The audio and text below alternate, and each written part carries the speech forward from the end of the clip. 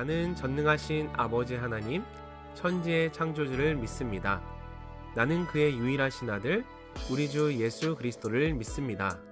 그는 성령으로 잉태되어 동정녀 마리아에게서 나시고 본디오 빌라도에게 고난을 받아 십자가에 못 박혀 죽으시고 장사된 지 사흘 만에 죽은 자 가운데서 다시 살아나셨으며 하늘에 오르시어 전능하신 아버지 하나님 우편에 앉아 계시다가 거기로부터 살아있는 자와 죽은 자를 심판하러 오십니다.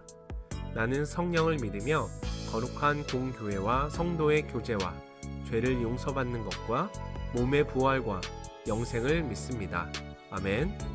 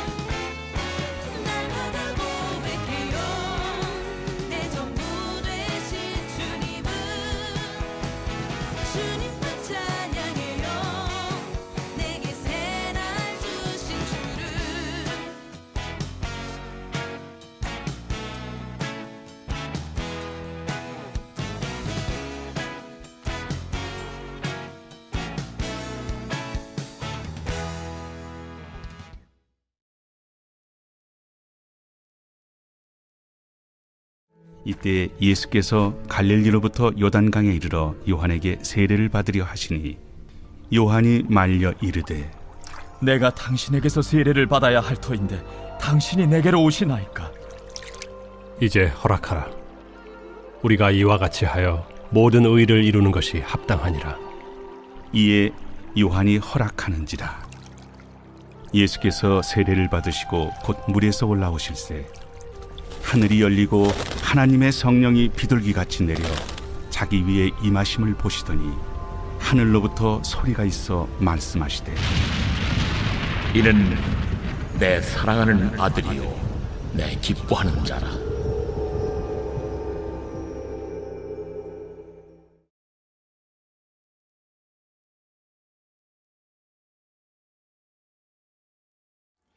(2009년) 벌써 12년 전이죠. 슈퍼스타 K라는 오디션 프로그램이 처음으로 시작되었고 그 이후로 다양한 장르의 오디션 프로그램들이 생겨났어요. 그리고 지금까지도 많은 오디션 프로그램들이 인기를 얻고 있죠. 이런 오디션 프로그램들은 흔히 말해서 돈이나 백은 없지만 실력이 뛰어난 숨은 고수들을 발굴해내는 것이 그 프로그램의 취지죠. 그런데 가끔 가다가 보면 이미 가수로 음반을 냈거나 인기를 누렸었던 사람들이 출연하는 것을 볼 수가 있어요. 이미 데뷔를 했고 가수로 인기를 누렸던 사람들이 오디션에 나온다는 것은 다른 참가자들에게는 불리할 수도 있고 또 쉽게 탈락한다면 자신의 이미지에도 좋지 않은 그런 영향을 줄 텐데 이들은 왜 오디션에 나오는 걸까요? 오디션에서 우승하거나 다시 한번 이름을 알리며 인기를 얻기 위함일 수도 있지만 가수로서 아직 건재하다는 것을 알리기 위해서, 그리고 흔히 하는 말로 명함 떼고 실력만으로 자신의 가치를 보여주고 싶다는 그런 열망이 있기 때문이겠죠. 그런데 우리가 이 정도까지는 충분히 이해를 하고 볼 수 있어요. 그런데 만약에 BTS 같은 누가 봐도 뛰어나고 세계적인 그런 가수나 아이돌이 오디션에 나온다면 어떨까요?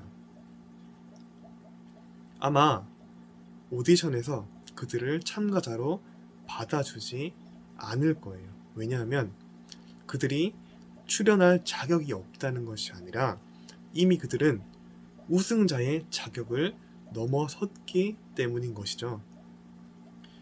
오늘 말씀도 바로 이와 비슷한 내용이에요. 어떤 내용인지 지금부터 한번 집중해서 잘 들어보세요.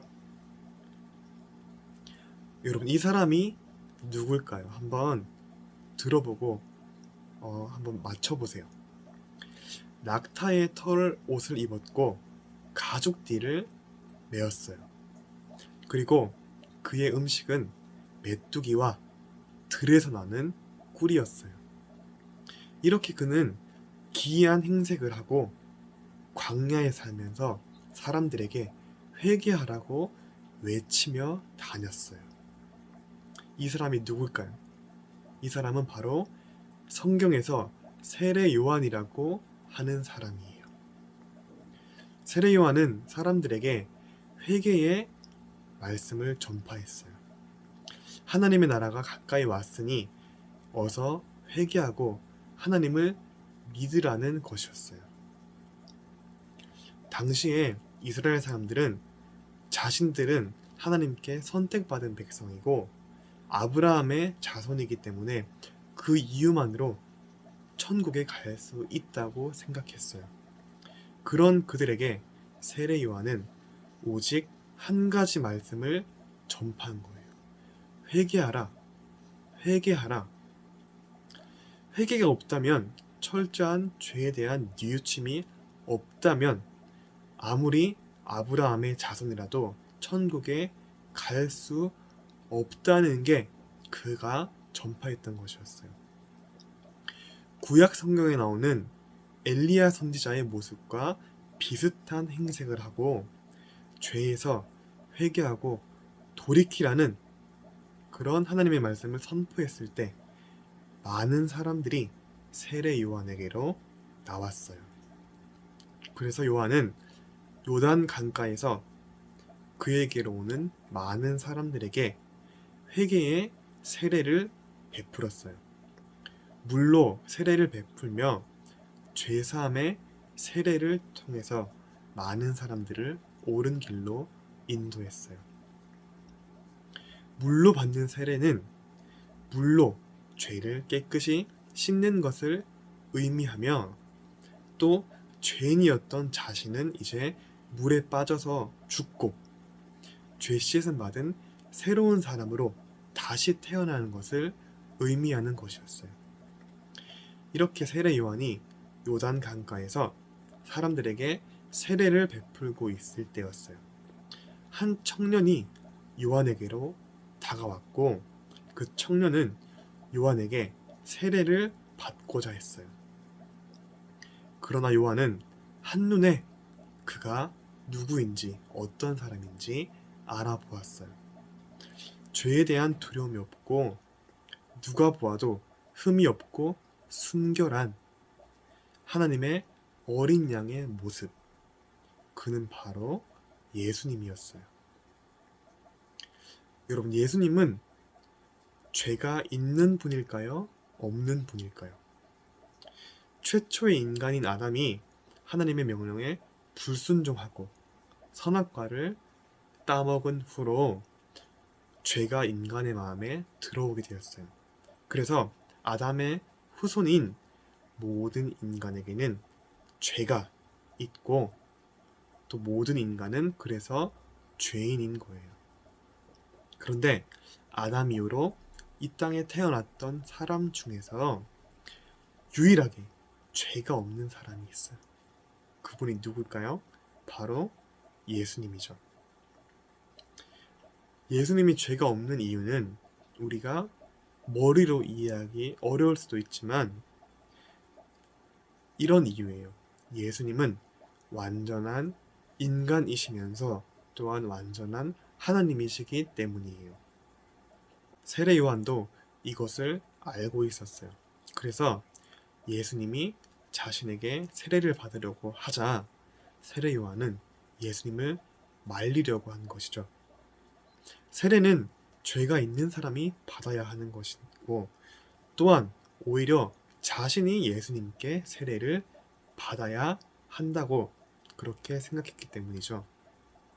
이렇게 요한은 예수님을 말리려고 했지만 예수님은 요한에게 이렇게 말씀하셨어요. 세례를 허락하라. 이것이 하나님의 의를 이루는 것이다. 여러분, 예수님이 왜 세례를 받아야 할까요? 그 이유는 예수님이 이 땅에 오신 이유와 같은 이유예요. 예수님이 이 땅에 오신 이유는 죄인들의 죄를 짊어지시고 스스로가 죄인이 되셔서 인간을 대신해서 죽음으로 인간을 구원하기 위해서 이 땅에 오신 것이죠. 그러니까 예수님은 죄가 없는 분이었지만 죄인이 되어서 죄 씻음의 세례를 받으셨고 죄인이 되어서 채찍질과 십자가의 고난을 받으셨고 또 죄인이 되어서 십자가의 죽으심을 당하신 거예요. 이렇게 예수님이 죄인이 되어서 세례를 받으시고 죽으신 이유는 바로 죄인인 저와 여러분들 때문이죠.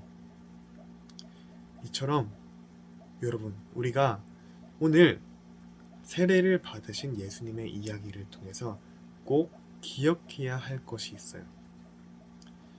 첫 번째는 바로 예수님이 세례를 받으신 것을 통해서 우리는 예수님의 겸손을 배워야 한다는 거예요.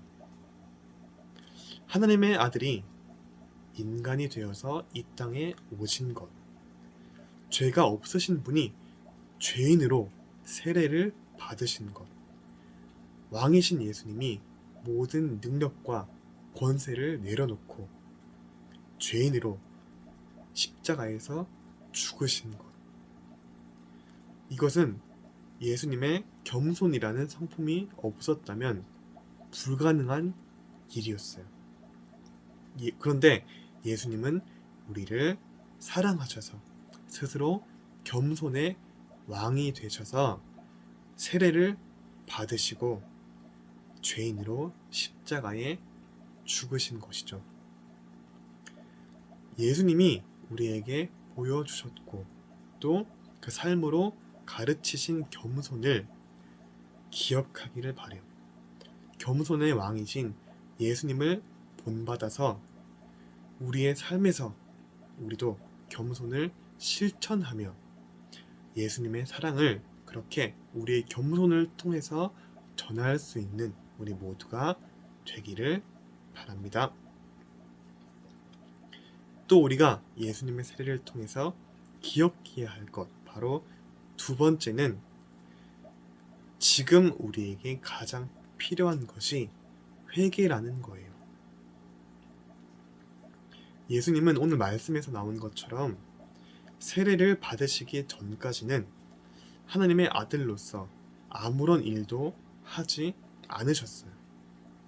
우리가 알고 있는 예수님의 이야기들, 제자들을 부르시고 하나님의 나라를 전하시고 병든 자를 고치시고 죽은 자를 살리신 이 모든 이야기들이 바로 예수님이 세례를 받으신 이후부터 시작된 이야기들이에요.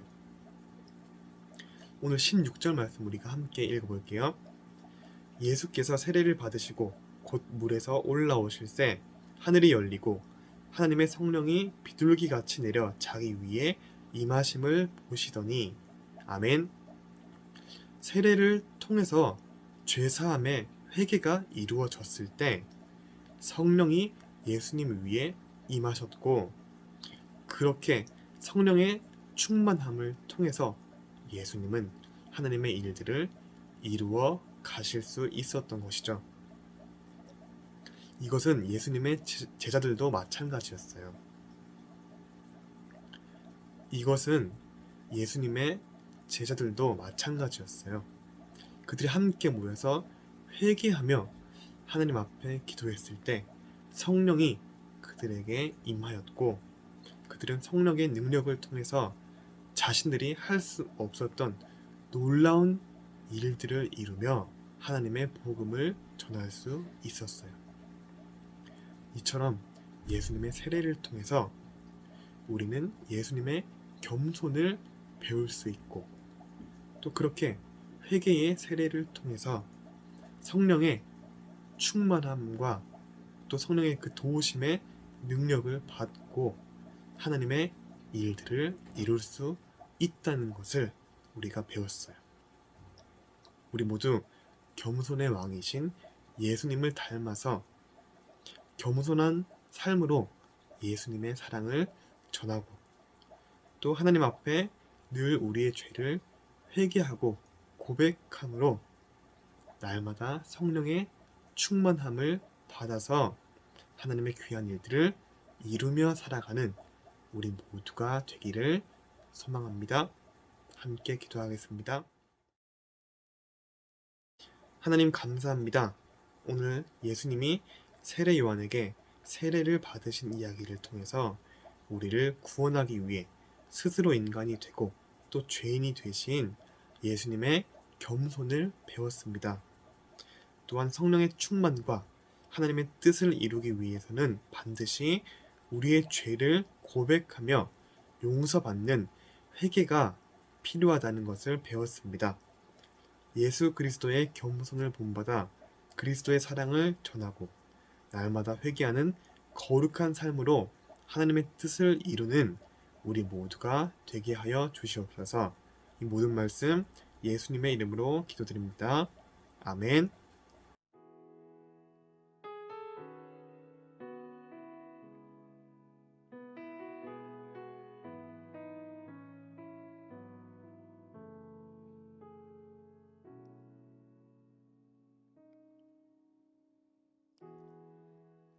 혼자서만 세상을 사는 듯이 주가 멀어 보이기만 할 때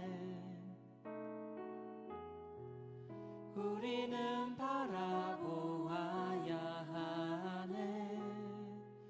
우리에게 오셨던 그 주님을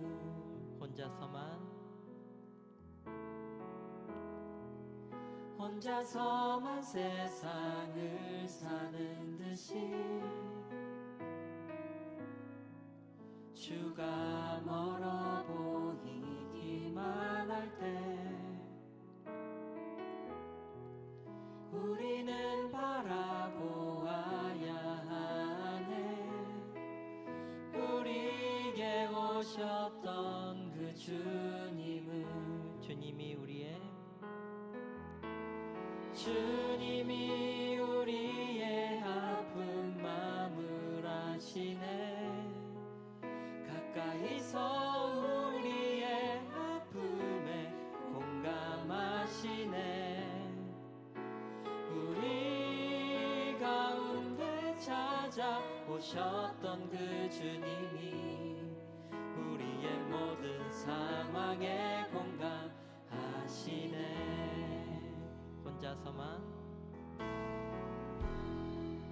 혼자서만 세상을 사는 듯이 주가 멀어 보이기만 할 때 우리는 바라보아야 하네. 우리에게 오셨던 그 주님을 주님이 우리의 아픈 마음을 아시네. 가까이서 우리의 아픔에 공감하시네. 우리 가운데 찾아오셨던 그 주님이 우리의 모든 상황에 공감하시네. 주님이 우리의 아픈 마음을 아시네. 주님이 우리의 아픈 마음을 아시네. 가까이서 우리의 아픔에 공감하시네. 우리 가운데 찾아오셨던 그 주님이 우리의 모든 상황에 공감하시네.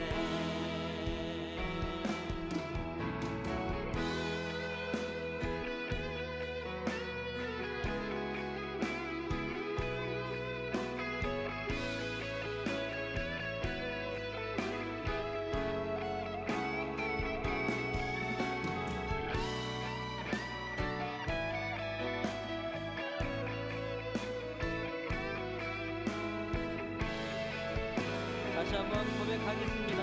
주님이 우리의